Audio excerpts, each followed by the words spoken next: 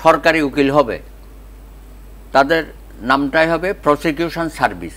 এটা পার্মানেন্টলি যে ওকালতি স্বাধীনভাবে ওকালতি পেশা করবে না সে ওই প্রসিকিউশন সার্ভিসে যাবে পরীক্ষার মধ্য দিয়ে, এবং সে ওখানেই রেগুলার সার্ভিস, এটা সে ওখানে থাকবে, পিপি জিপি ইত্যাদি ইত্যাদি।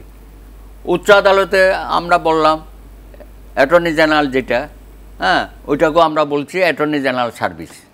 এগুলো কিন্তু হয়েছিল অ্যাটর্নি জেনারেল সার্ভিস।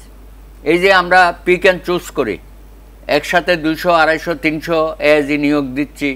এএসি মানে assistant attorney general, deputy attorney general দিচ্ছি 150 থেকে 200, এবং সোন এডিশনালও এখন প্রায় 3 জনের মতো।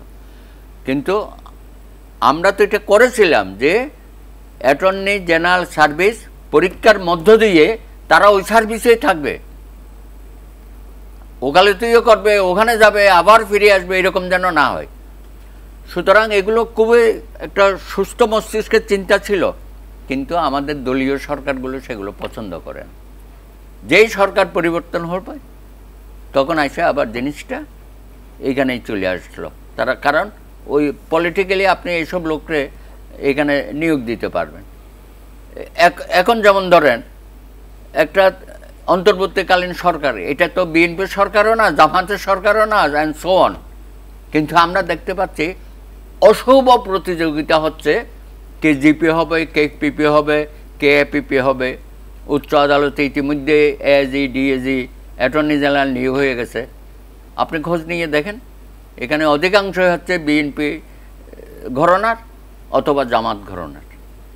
তো এই যে একটা অশুভ থাবা বিচার বিভাগের উপর আমার জেনে শুনে বা অজান্তে আমরা যে এতে রেখে যাচ্ছি, এটা তো ফল শুভ হবে না।